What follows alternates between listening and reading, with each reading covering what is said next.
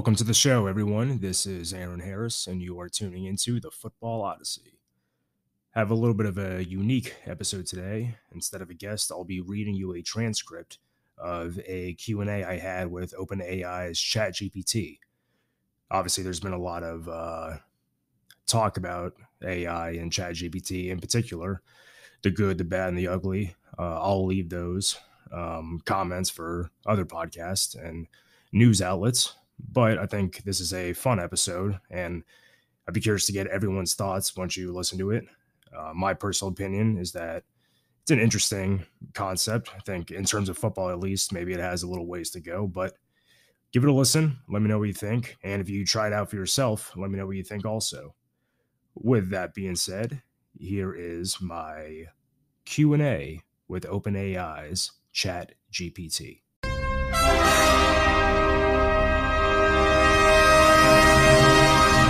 Okay, question 1. Explain the single wing offense to me as if I were 5 years old. Answer. Imagine you're playing with your friends on the playground and you want to play a game where you run with the ball and try to score a touchdown like in football. The single wing offense is a special way to play football where one player, called the quarterback, stands behind some of his friends who are ready to protect him and help him score. The quarterback gives the ball to one of his friends who runs with it, while the other friends help by blocking the other team's players so they can't stop them. The friends can also trick the other team by pretending to run with the ball when they're really going to pass it to someone else. The single wing offense is a special way to play football that can surprise the other team and help your team score lots of points. Okay, so clearly they didn't really explain it to me. Maybe that's my fault for asking too generic of a, or maybe too specific of a question, but so far that's not a great response from Chatbot. Question. What do you think professional football would look like today if the National Football League never merged with the American Football League? Answer. It's hard to say exactly what professional football would look like today if the National Football League had never merged with the American Football League in 1970, but we can make some educated guesses.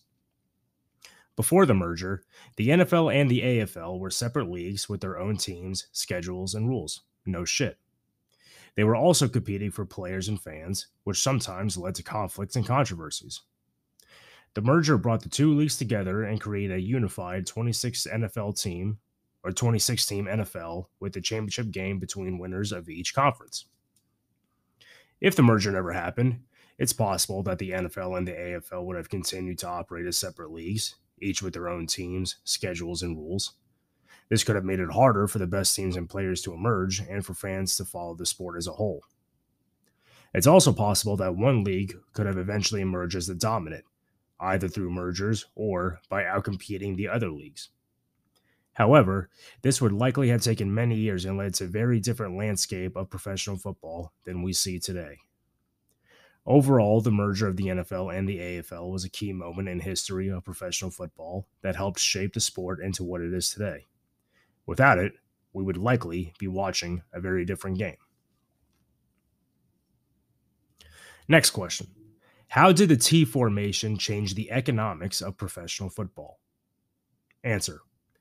The T formation was a major innovation in the sport of football that revolutionized the way the game was played, and it also had significant economic implications for professional football.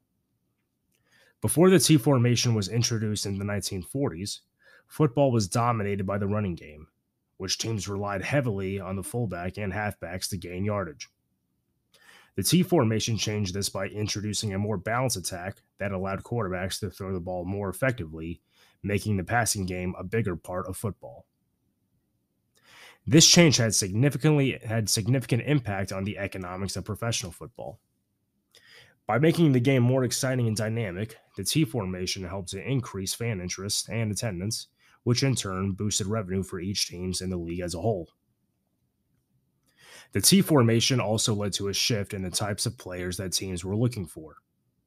With the emphasis on passing, quarterbacks and receivers became more important, and teams began to invest more resources in developing these positions.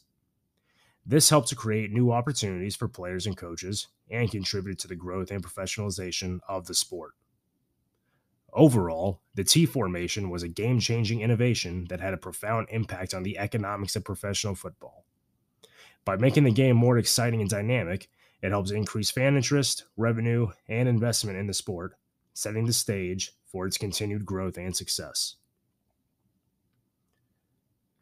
So I think obviously it's subjective what you would consider more exciting. I think anybody who looks at single wing footage back in the 30s and 20s and a lot of the 40s too, since it was still formation that was run by a lot of teams. I think that, in my opinion, is just as dynamic and exciting to watch. But I understand what it's saying, that whenever the Clark Shaughnessy style of offense came with the T formation, that's when it really transformed the game, which I would have to agree with that. And obviously, since most teams went to that formation later on in the decade and throughout the 50s. But I think that's a solid answer. I think it was pretty much on the money how it became more, put more emphasis on receivers in the passing game and kind of changed what the coaches were looking for in terms of athletes. All right, next question. Pete Rozelle is often regarded as the greatest commissioner in the history of professional sports. If there was one major flaw in his reign as commissioner, what would you say it is? Answer. Pete Rozelle is widely regarded as one of the greatest commissioners in the history of professional sports, and his tenure as commissioner of the National Football League was marked by many notable accomplishments. However, there are some criticisms that have been leveled against Rozelle, including one major flaw in his reign as commissioner. One of the main criticisms of Rozelle is that he was too focused on expanding the league and increasing revenue, sometimes at the expense of the integrity of the game. I personally have never heard anyone criticize him for that, but I guess there may be some people out there. To continue on, for example, he is sometimes criticized for his role in promoting Monday Night Football, which is a departure from the traditional schedule of Sunday afternoon games and was seen by some as a way to generate more money for the league. Again, I have no idea if there was ever anybody who ever criticized him for Monday Night Football. If anything, people revere that brand. Similarly, Rozelle is sometimes criticized for his handling of the league's drug policy. That I can agree with. In the 1980s, the NFL was facing a growing drug problem, and Rozelle was criticized for not doing enough to address the issue. Some argue that he was more concerned with protecting the league's image and reputation than with protecting the health and well-being of players. Overall, while Pete Rozelle's tenure as commissioner was marked by many successes, there are some criticisms that have been leveled against him, including his focus on expanding the league and generating more revenue, sometimes at the expense of the integrity of the game, and his handling of the league's drug policy. Next question. Which football player would you say had a bigger impact on their respective position? Lawrence Taylor on the outside linebacker position, or Johnny Unitas at the quarterback position? Answer. Both Lawrence Taylor and Johnny Unitas had significant impact on their respective positions, so it's difficult to say definitively which one had a bigger impact. However, I'll do my best to compare and contrast their contributions to football. Lawrence Taylor is widely regarded as one of the greatest outside linebackers in NFL history, and his impact on the position cannot be overstated. He revolutionized the way the position was played, using his speed, strength, and instincts to disrupt offenses and making game-changing plays. He was the first linebacker to be used primarily as a pass rusher, and his ability to get to the quarterback and create turnovers helped to set a new standard for the position. Taylor's impact on the game is still felt today, as many of the best pass rushers in the NFL have been influenced by his style of play. It's a very generic answer. Johnny Unitas, on the other hand, is often regarded as one of the greatest quarterbacks of all time. He played in an era when the passing game was not as prominent as it is today, and he helped to change that by developing a new style of play that emphasized precision passing and strategic decision-making. He was the first quarterback to throw for over 40,000 yards in his career, and he set a new standard for quarterbacks in terms of accuracy, leadership, and toughness. Many of the best quarterbacks in the NFL today have been influenced by Unitas' approach to the position. So, in terms of impact on their respective positions, it's difficult to say which player had a bigger impact. Lawrence Taylor revolutionized the outside linebacker position and set a new standard for pass rushers, while Johnny Unitas helped to usher in a new era of passing in the NFL and set a new standard for quarterbacks. Both players had a profound impact on the game of football, and their contributions cannot be overstated. So clearly, Chatbot does not want to take sides, but based on the answer provided, I think it's much more likely that Unitas had a bigger contribution on his position than Lawrence Taylor did on his. Next question, or it's a statement rather. Write me an NFL film script that would have been perfect to be read by John Facenda. It begins with a description, opening music, the theme from NFL films. Narrator, voiced by John Facenda. The game of football is a collision of strategy, skill, and raw athleticism. For decades, men have donned helmets and pads, taking to the gridiron in pursuit of victory and glory. But for every moment of triumph, there is a moment of defeat. For every touchdown, there is a fumble. For every victory, there is a crushing defeat. It goes on to describe the action of a montage of game footage, big hits, spectacular catches, missed field goals, and jubilant celebrations. The narration continues. This is the game of football, a game of inches, where the slightest mistake can mean the difference between victory and defeat. And yet, for all the highs and lows, for all the drama and excitement, there is a beauty to this game that transcends the score, that goes beyond the final whistle.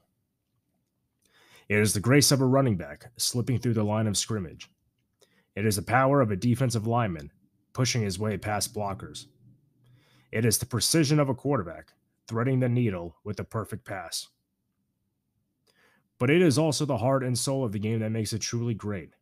The camaraderie of a team, the support of the fans, the dedication and sacrifice of the players. It is the spirit of the game that drives us forward, that compels us to strive for greatness, to never give up, to never surrender. This is the game of football, a game like no other, that has captured our hearts and imaginations for generations. And it will continue to do so, as long as men are willing to step onto the field and lay it all on the line. I didn't think that was that bad, actually. I thought that was actually a decent attempt at imitating Facenda.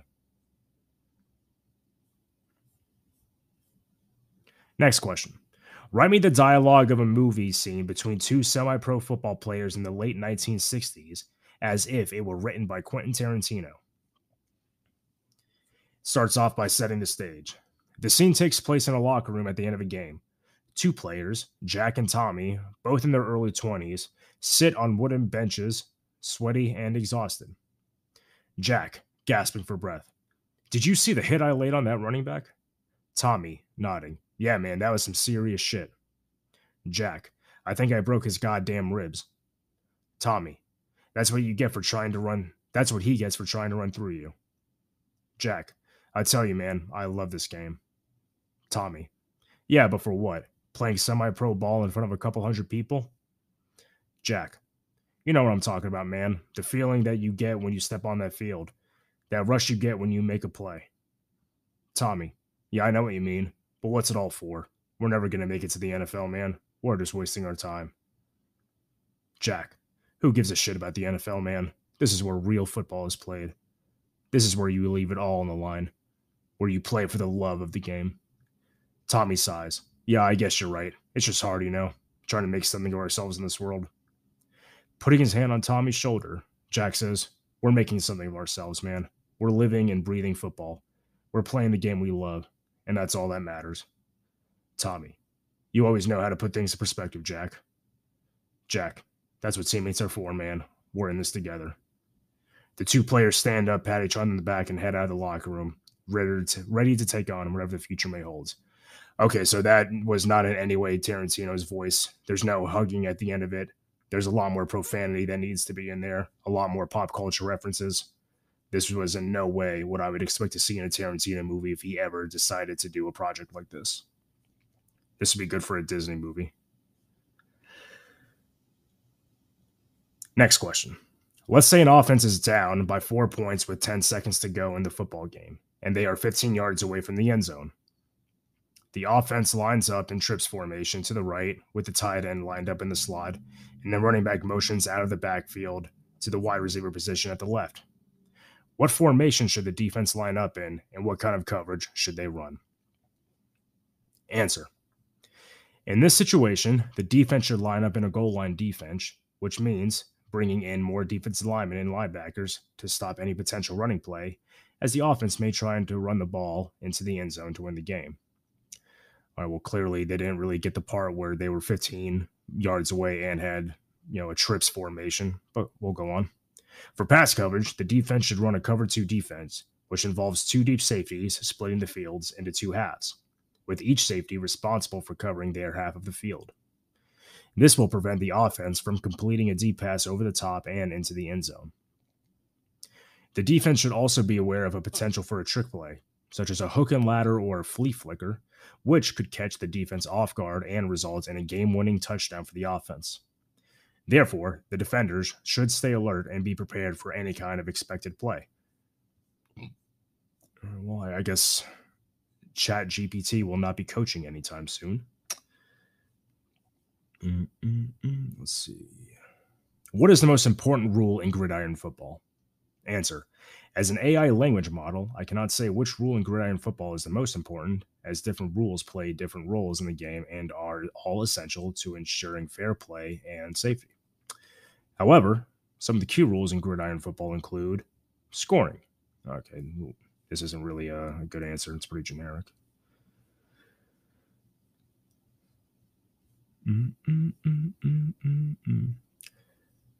Who are some of the most underappreciated pioneers in the game of football from the pre-forward pass era? Answer. There were many pioneers in the game of football from the pre-forward pass era who made important contributions to the development of the sport. Excuse me. Here are a few examples of individuals who are often overlooked and underappreciated. 1. Walter Camp. Okay, that is not the case, but we'll go on.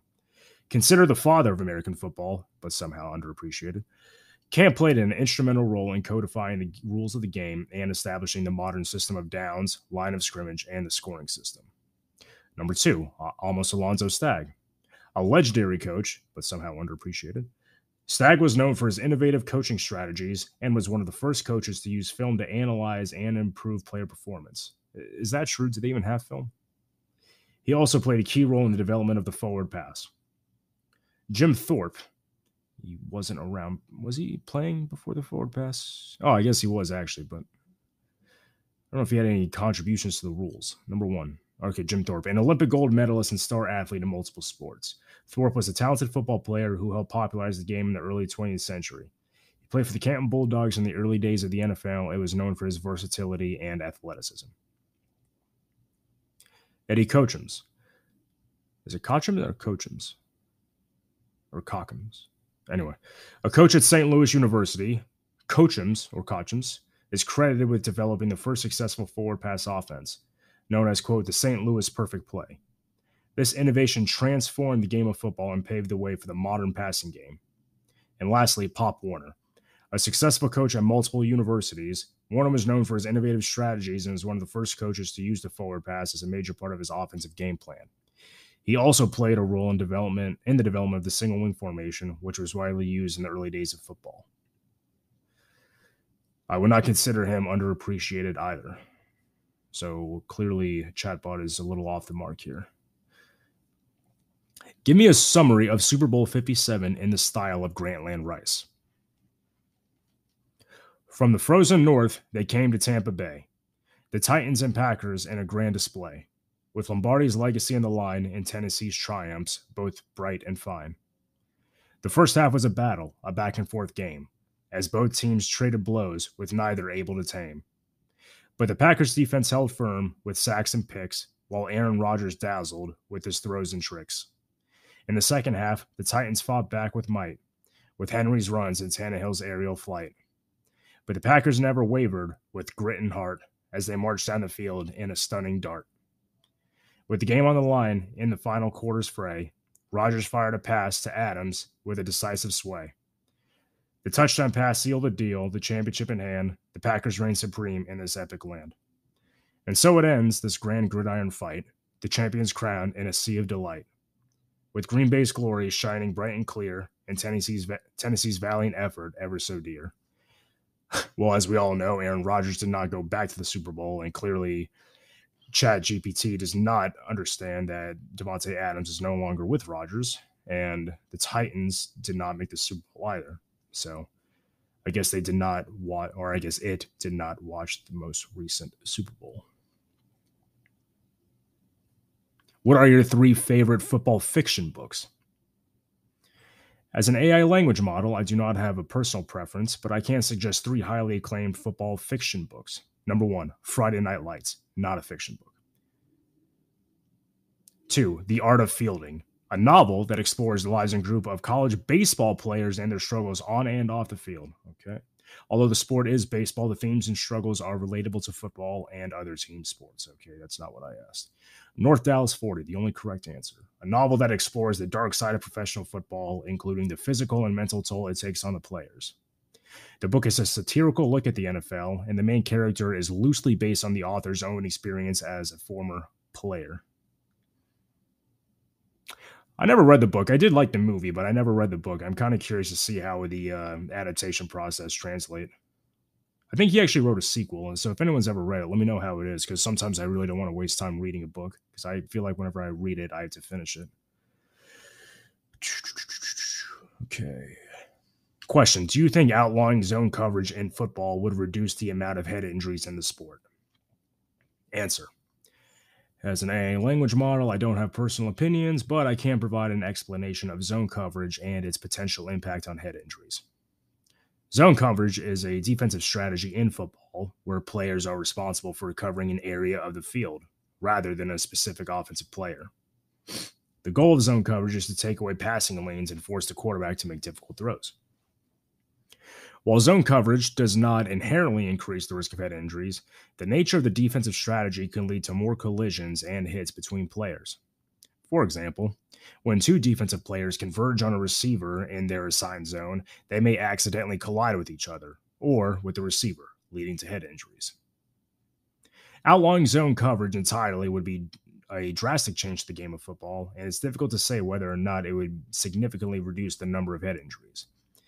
There are many factors that contribute to head injuries in football, including helmet-to-helmet hits, tackling technique, and the overall physical nature of the sport. Therefore, a comprehensive approach that addresses multiple aspects of the game would likely be necessary to reduce head injuries in football. I think I've mentioned this before on the some previous podcast episodes, but I actually read that in Jack Tatum's autobiography, which is kind of ironic in and of itself. I actually think he has a point, though. I kind of wonder if you were to do that, if that would actually work. I think if another league were to ever experiment with rules, that should be something they try out. But you would obviously have to eliminate the 5-yard rule and really liberalize contact all the way down the field, because otherwise you would have just athletes that would just destroy defensive backs who weren't as athletic as the receivers. Is man-to-man or zone defense more effective against the run in football? Answer. Generally speaking, man-to-man coverage is more effective against the run in football than zone coverage. When playing man-to-man, each defender is responsible for covering a specific offensive player, which can allow them to be more aggressive and attentive to the running game. The defenders are typically closer to their assigned offensive player, which can make it easier for them to read the play and make quick decisions to stop the run. In contrast, zone coverage requires defenders to cover a specific area of the field, which can leave gaps in the defense and make it more difficult to stop the run. While defenders in zone coverage may be able to read the play and to move to fill gaps, it can be more difficult for them to be as aggressive and physical as they would be in man-to-man coverage. That said, both man-to-man and zone coverages can be effective against the run depending on the specific play, the personnel on the field, and the defensive scheme being used. A skilled defensive coordinator will typically mix up their coverages to keep the offensive guessing and effectively defend against both the pass and the run. Let's see. Who is regarded as the first linebacker in the history of football? Answer. The concept of the linebacker position in football evolved over time, so it's difficult to attribute the title of, quote, first linebacker to a single individual. However, one player who is often credited with popularizing the linebacker position is Germany Schultz. It sounds more like a nickname. I know who the guy is, though. That's such a late 1800s name, isn't it? Germany Schultz. They just named him after the country with the most popular German surname there is. All right, go on. Schultz played for the University of Michigan in the early 1900s and was known for his aggressive style of play. He would line up behind the defensive line and rush the quarterback, but was also able to drop back into coverage and make tackles on running plays. Schultz was known for his toughness and his versatility, and his success on the field helped to establish the linebacker position as an important part of the defense. While Schultz is often cited as the pioneer of the linebacker position, there were likely other players who played a similar role in the earlier years of football, but their contributions may not be as well documented. I'm not sure how much earlier you can really go from that, but if there's anybody out there who actually has a different opinion, because I actually have read that he was regarded as the first linebacker, I'd be interested if anybody has a little insight as if there was anyone who came before him in an unofficial capacity. Excuse me. Who are some of the greatest female gridiron football players of all time and why? Answer. Gridiron football is a sport that has been traditionally dominated by male athletes, and women's football has only recently begun to gain recognition and support. However, there have been some exceptional female gridiron football players who have made significant contributions to the sport. Here are a few examples. Sammy Grissafe. Grissafe is a former quarterback who played for the Chicago Force of the Women's Football Alliance. She was a two-time All-American at the University of Illinois. What sport? And led the Chicago Force to 3 national championships. Grissafe was known for her strong arm and ability to read defenses, and she is widely regarded as one of the best female quarterbacks of all time. 2. Jen Welter. Welter made history in 2015 when she became the first woman to coach in the NFL. Prior to that, she was a linebacker for the Dallas Diamonds of the Women's Football Alliance, where she helped lead the team to 4 national championships. Welter was known for her speed and agility on the field, and she was a fierce competitor who never backed down from a challenge. 3. Patricia Palinkas. Palinkas was a defensive tackle for the Orlando Stars of the Women's Professional Football League.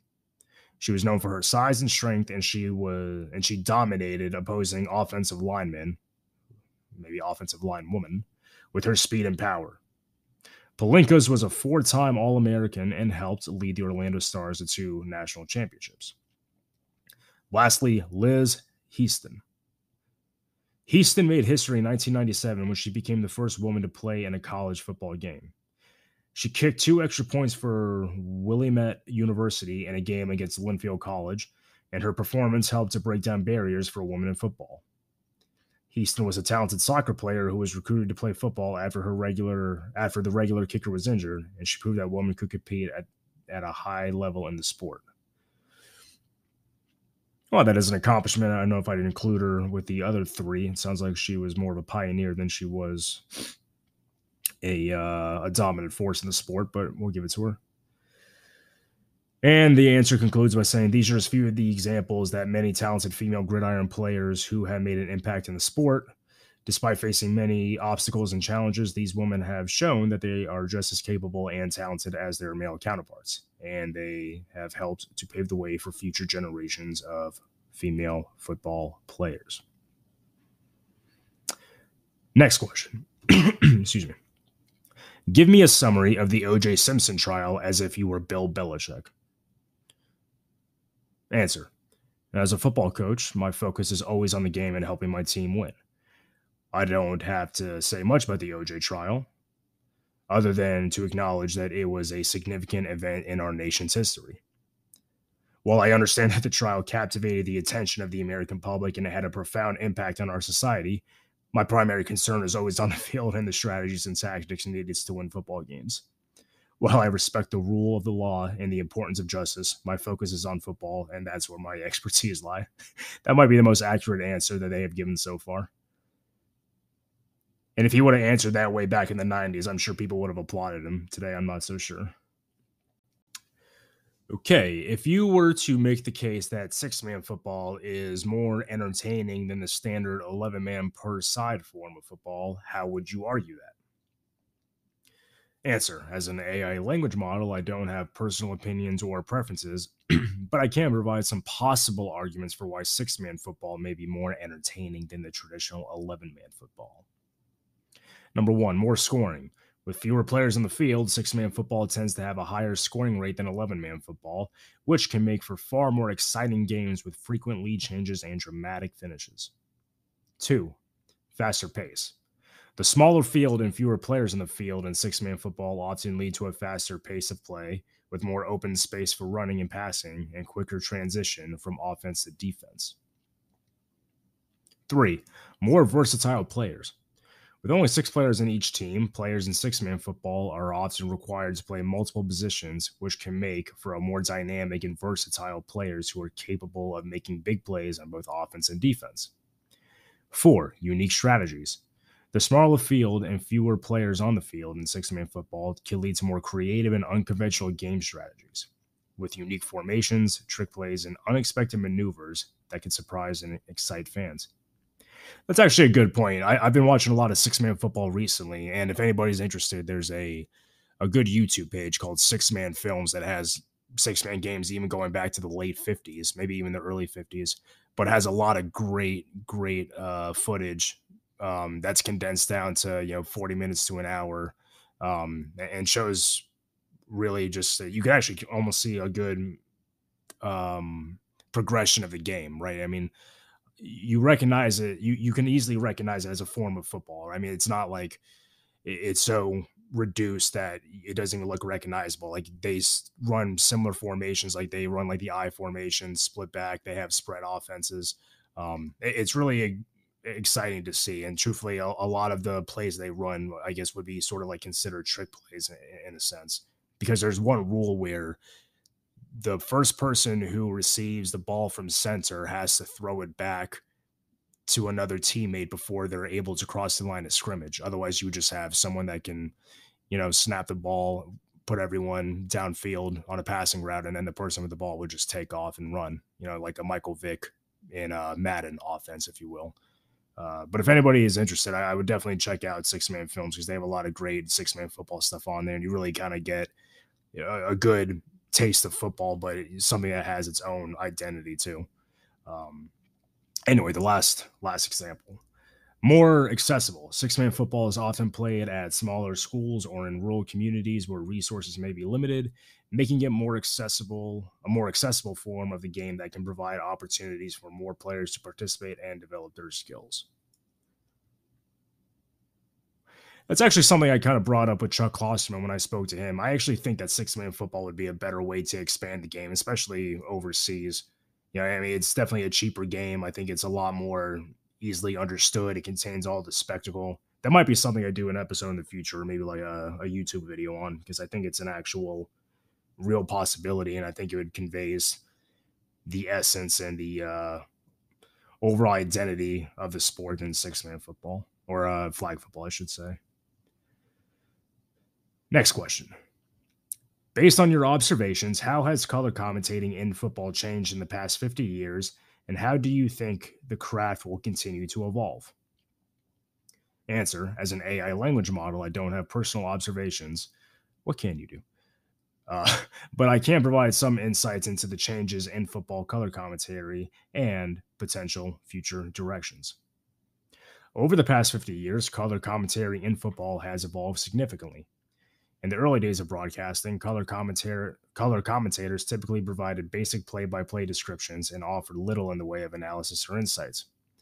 As the game in the broadcasting industry grew, however, the role of a color commentator became more specialized and more critical to the viewing experience.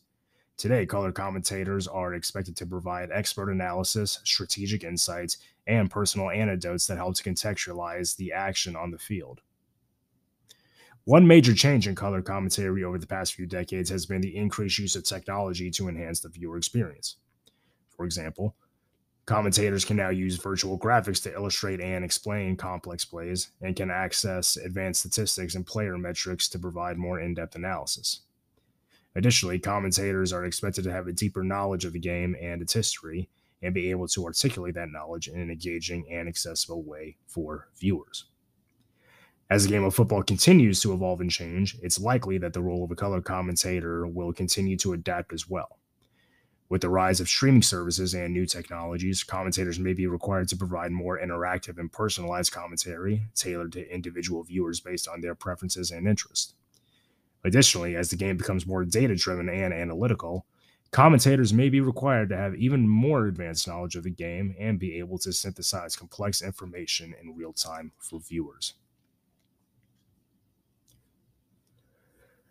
Next question. Explain the history of the short punt offense in American football. The short punt offense was a popular formation in American football during the first half of the 20th century, particularly in the 1920s and 30s.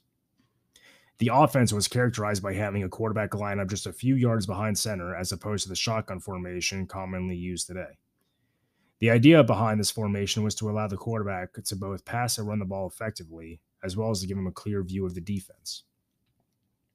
The origins of the short punt can be traced back to the early days of football in the late 1800s when the game was still evolving and there was no standard for how teams should line up on offense. Over time, the formation became more refined and by the 1920s was widely used by teams across the country.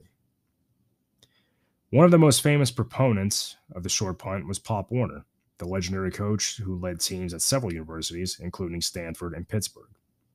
Pop Warner was known for his innovative offensive strategies, and he used the short punt to a great effect, often running the ball straight up the middle and daring defenses to stop him. Over time, however, the short punt began to fall out of favor as teams started to experiment with new formations and offensive strategies. By the 1950s and 60s, most teams had moved away from the short punt, preferring instead to use more modern formations like the I formation and the shotgun. Today, the short punt is a relic of a bygone era, but it remains an important part of football history, and its influences can be seen in the offensive strategies used by teams today. I actually always thought that the quarterback in the short punt was actually a little further back than what it was in the shotgun. I'd be curious if anybody who is familiar with that formation could give some insight, because I always thought it was something that he was a little further back because it was designed to either run an open space or to punt if necessary. Okay, next question. Do you think an NFL game has ever been fixed? Answer. There have been allegations of game fixing and point shaving in the NFL throughout the league's history, but there's never been definitive proof that a game has been fixed. The NFL and other major sports leagues take allegations of game fixing very seriously, and they have implemented a number of measures to prevent it from happening, such as monitoring betting activity and investigating any suspicious activity. While there is no evidence that an NFL game has ever been fixed, the possibility of it happening has always been a concern, and the league and its partners are committed to maintaining the integrity of the game. I wonder what position you would really want to corrupt if you were trying to throw a game. I mean, obviously you don't want a referee, but I think that's a little, I don't know if a referee, well, actually, I don't know. Maybe a referee is the most likely way to fix a game because they don't make as much as the players. So that might be the most easy way to bribe at least. But as far as a player, I'd almost say the center would probably be the best one since he touches the play on every single down. I mean, excuse me. I feel like a quarterback is too at mercy of the game plan and the offensive coordinator. I guess maybe a field goal kicker too, if it came down to it.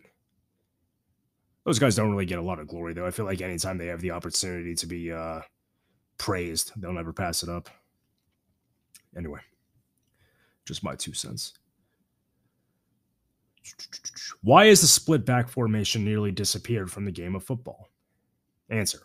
The split backs formation, which was popular in the 70s and 80s, has largely disappeared from the game of football due to a few factors.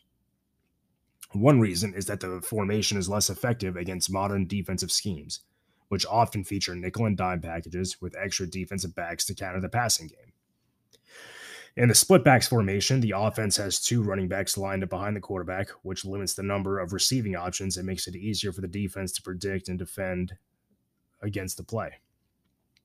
Another reason is that the modern offenses have evolved to favor spread formations with multiple receivers, which allow for more creative play designs and provide a wider range of options for the quarterback. These spread formations often feature one running back and no running backs, which allows for more passing options and can create mismatches against lower linebackers and safeties. Finally, the split back formations require a specific skill set from the running backs, who must be able to both block and catch passes out of the backfield. Many modern running backs are more specialized and either excel as patch catchers or blockers, which can limit the effectiveness of a split back formation. I think that's a fair point. I also there was an article I feel like that was written, I guess, a couple of years ago that also mentioned something about the Tampa 2, or maybe it was just the cover 2 in general, how you have the corners that are much better tacklers than man-to-man corners, but now they're in the flat area where a lot of those passes would go. They can, tackle them the backs pretty easily. It is a shame though. I do think it's I think anybody who grew up obviously in the 70s and 80s watching that, I mean, that was pretty much 2 decades of like the standard formation. And there's something about watching a guy like, Joe Montana drop back and the backs release from each side of him. Cool formation. Maybe one day. Next question. Can American football be considered an art form? Answer. Some people might consider American football an art form because it involves skilled athletes performing intricate movements and strategies in a way that can be visually appealing and captivating to watch. Amen. The sport is also a certain level of drama, tension, and unpredictability that can be compared to storytelling or other forms of artistic expression. However, whether or not football is officially recognized as an art form is subjective and open to interpretation. It ultimately depends on one's individual perspective and definition of what constitutes art. I guess because it's in the form of a contest with a winner or loser, I'm not sure if you can really consider it that much. But for me, it's always been a game of design, and I've always felt that even if it's not an art form, there's a certain artistry to the game that's undeniable. I mean, even if you just go through a playbook, I think that in and of itself just shows you the kind of choreography that we would consider other art forms like ballet or gymnastics even as art. So make of it what you will. Next question. What's the greatest football movie of all time? As an AI language model, I do not have personal opinions, but many people consider Rudy as the greatest football movie of all time. Other popular choices include Remember the Titans, Friday Night Lights, and The Blind Side. Speaking of Friday Night Lights, I actually just found out that there was a TV show in the 90s. It was called Against the Grain, and that was actually the first attempt at adapting the Friday Night Lights book for television. I didn't know that. I thought the movie was the first adaptation, and then the TV show followed suit. But apparently there was another adaptation. It actually starred Ben Affleck as I guess he was one of the high school athletes on the team. I've been looking through YouTube, and it doesn't look like it's streaming anywhere. So if I want to see it that bad, I guess I'll have to buy the DVD. I actually like DVDs. I like how they used to have a lot of the behind the scenes footage, but a bygone era. Okay, who was the best team in the Continental Football League? The Continental Football League was a minor professional American football league that operated from 1965 to 1969. During its existence, the league saw many teams come and go, and it's difficult to say which one was the best, as there was no clear dominant team throughout the league's history. However, the Orlando Panthers, let's go Orlando, and the Shreveport Steamers were two teams that were successful during the CFL's years and won multiple championships. Well, the league didn't last that long, so if they won multiple between 65 and 69, I guess it's pretty clear-cut. They were the best teams. If you had to guess, what would be the next major offensive innovation in football? As an AI language model, oh my God, they always preface that. I do not have personal opinions or the ability to predict the future with certainty. However, based on current trends and innovations in football, some possible areas for future offensive innovation could be the use of artificial intelligence, shameless plug, and advanced analytics to make real-time play calling decisions, increased utilization of mobile quarterbacks, and the development of new formations and personnel packages to take advantage of mismatches and exploit defenses. It's important to remember that football is constantly evolving and adapting, and it's difficult to predict exactly what the next major offensive innovation will be. Well, I guess you don't know everything, do you, chatbot? What decade do you believe produced the best running backs? As an AI language model, and ... However, many football experts and historians consider the 1970s to be the golden era of running backs in the NFL. During this decade, several Hall of Fame running backs emerged, including Walter Payton, Franco Harris, rest in peace, Earl Campbell, Tony Dorsett, and O.J. Simpson. These players were dominant, with each of them leading the league in rushing at least once during the decade. Additionally, the 1970s saw the emergence of the ground and pound style of football, which many teams relying heavily on the running game to take control of the clock and wear down their opponents. Yeah, I guess I'd agree with that.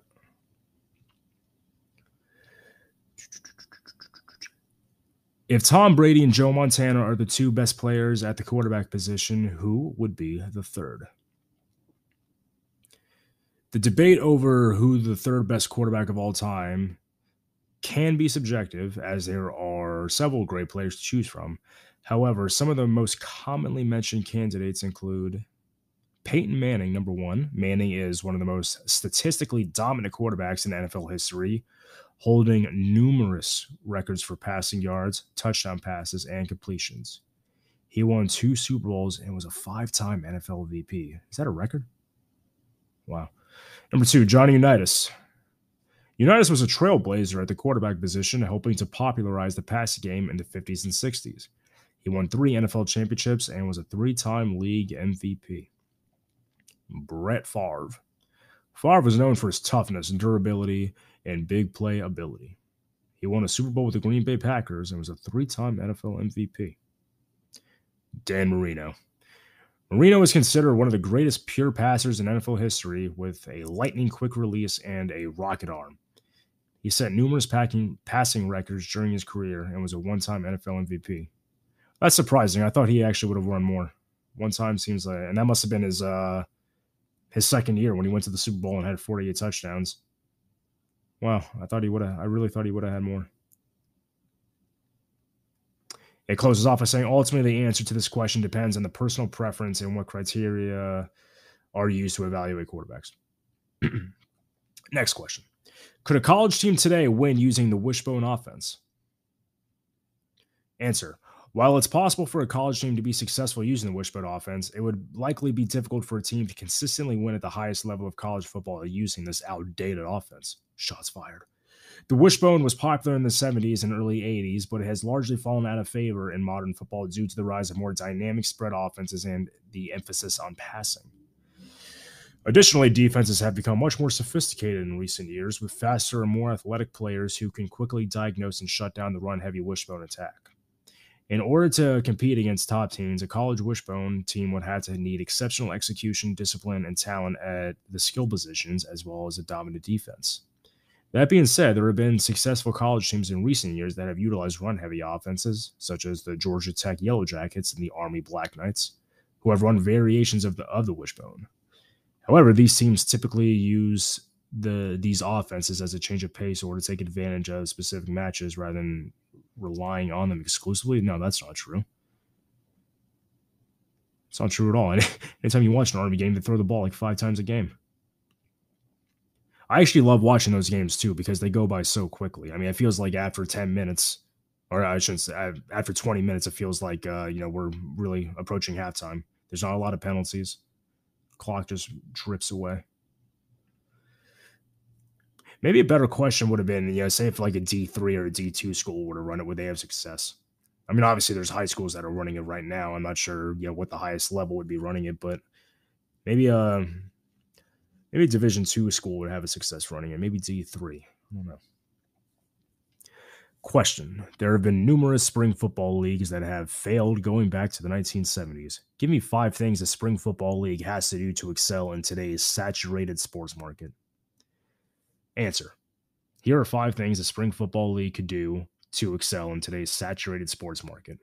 1. Have strong financial backing. The league needs to have a solid financial plan and a deep-pocketed owner or group of owners to ensure that the league can survive financially for multiple seasons.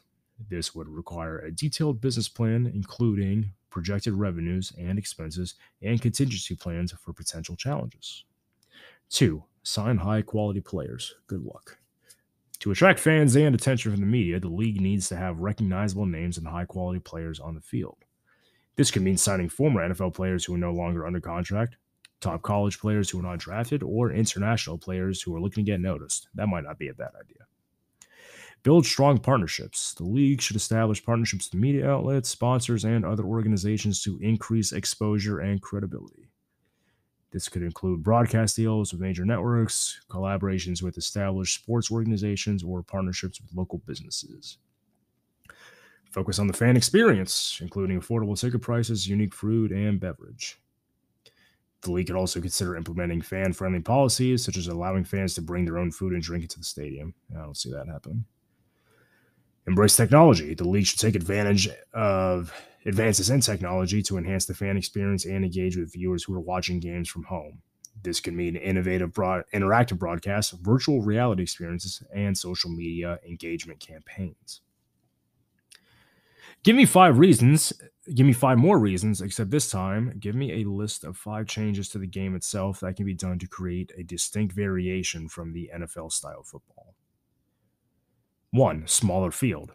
The field could be made smaller, making the game faster and more exciting. Fewer players. The number of players each team could be reduced, making the game more wide open and increasing the chances of play. No punting. That is interesting. Eliminating punting would force teams to go for it on 4th down, increasing the frequency of high-stakes plays and making the game more exciting. I feel like that would make it more exciting, but it could also really just make a lot of the games just blowouts. If you're going for it, if you're on your own 10-yard line and you don't get it, I mean, you're just kind of setting the stage for you're just kind of setting the stage early on in the game to really let the game get out of hand. I mean, when you eliminate, if you're a team that's, much more focused on defense and ball control and field position, I think you're really going to create a pretty big paradigm between teams. No kickoffs. Eliminating kickoffs will reduce the risk of injuries and make the game safer, while also increasing the importance of offense and defense by forcing teams to start at a set point in the field. Let's go back to the Brett Favre. Let's see. Make the case that Brett Favre is the most overrated quarterback of all time. How's an AI language model? It's like a disclaimer at this point. I can provide arguments that have been made to support the idea that Brett Favre is the most overrated quarterback of all time. Number 1, inconsistent play. Brett Favre was known for his gunslinger mentality and ability to make big plays, but he also had a tendency to make costly mistakes. He led the league in interception 3 times and threw more interceptions than any quarterback in NFL history. Number 2, mediocre playoff record. Despite his regular season success, Brett Favre had a relatively mediocre record in the playoffs. He only won 1 Super Bowl, loser, and his postseason record was 13-11. He also had a tendency to make costly mistakes in big games. 3, over-reliance on talent. Many argue that Brett Favre was able to put up big numbers and win games because he played with some of the best offensive talent in the league during his career. He had Hall of Fame receivers like Sterling Sharp, Antonio Freeman, and Donald Driver, as well as dominant offensive linemen that protect him. Are any of 3 of those guys in the Hall of Fame? Sharp, I know his brother's in the Hall of Fame, but I think that I remember during his speech he said something like he was the second best football player in his family, and I think that was spoke volumes because Sharp wasn't in the Hall of Fame. And Driver, I'm pretty sure, is not in either. Anyway, number 4, lack of efficiency. Brett Favre had career completion percentage of just 62%, which is relatively low compared to other great quarterbacks. He also had a tendency to take unnecessary risk, which only led to turnovers and stalled drives. Number 5, overhyped media image. Brett Favre was often portrayed by the media as a gritty, tough player who played through pain and was beloved by his teammates. While some of this may be true, many argue that the media overhyped his image and made him out to be a better player than he actually was. Well, I guess the focus of that criticism would be John Madden, but I don't know. I don't know if that really had a lot to do with it. I think it had more to do with the turnovers. It is important to note that these arguments are subjective, and Brett Favre's place in football history will continue to be debated by fans and analysts alike. Do you believe the Seahawks' decision to throw the ball at the end of Super Bowl 49 on the goal line instead of handing it to Marshawn Lynch was the right call? The decision to throw the ball on the goal line instead of giving it to Marshawn Lynch has been the subject of much debate and criticism, which is why I asked. The Seahawks were trailing the New England Patriots by 4 points with less than 30 seconds remaining in the game, and they had the ball on the 1-yard line. Many people, including some Seahawks players, coaches, and fans, believe that handing the ball off to Lynch, who is known for his powerful running style, would have been a better decision given his short yardage success. However, the call to pass the ball resulted in an interception by the Patriots, and the Seahawks lost the game.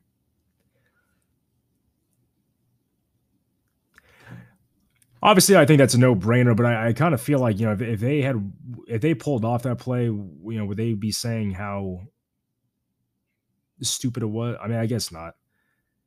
I guess maybe you could still, in jest say, "Oh man, that was a risky throw." But I kind of feel like if the play would have worked, it would have been brilliant because they were, counterintuitive. I don't know. Maybe I'm wrong. Maybe it was a stupid play regardless, and sometimes stupid plays can work. Will the fullback position ever have a resurgence? It is difficult to predict with certainty whether the fullback position will have a resurgence in the future. While the role of the fullback has diminished in recent years due to the increasing popularity of spread offenses and pass-heavy schemes, some teams continue to utilize the position in their offensive game plans. Additionally, there have been instances in recent years where teams have used fullbacks in unique and creative ways, such as in short yardage situation or as lead blockers in a running game. I figure that's what they're always used for. Ultimately, the resurgence of the fullback position may depend on the evolution of offensive schemes in the NFL and how coaches choose to use personnel to maximize their team's effectiveness.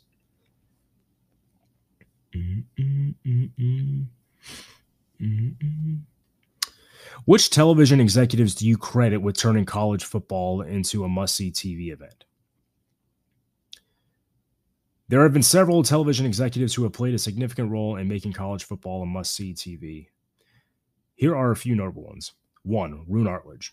Arledge was a television executive who was instrumental in creating ABC's Wide World of Sports, which featured college football games from all over the country. This helped to popularize college football and make it a national pastime. Number 2. Mike Traeger. Traeger was an executive producer of CBS's coverage of college football in the 80s and 90s. He was known for his innovative camera work and use of technology to enhance the viewing experience. His coverage helps to elevate college football's profile and make it a more exciting sport to watch. Number 3, John Wildhack. Wildhack is currently the president of ESPN and has played a major role in the network's coverage of college football. Under his leadership, ESPN has expanded its coverage of college football and made it a centerpiece of its programming. He has also been a proponent of using technology to enhance the viewing experience, such as the use of Skycam and other camera angles. Okay, just a couple more questions here. Has instant replay hurt or helped the game of football? Answer. Instant replay has both helped and hurt the game of football.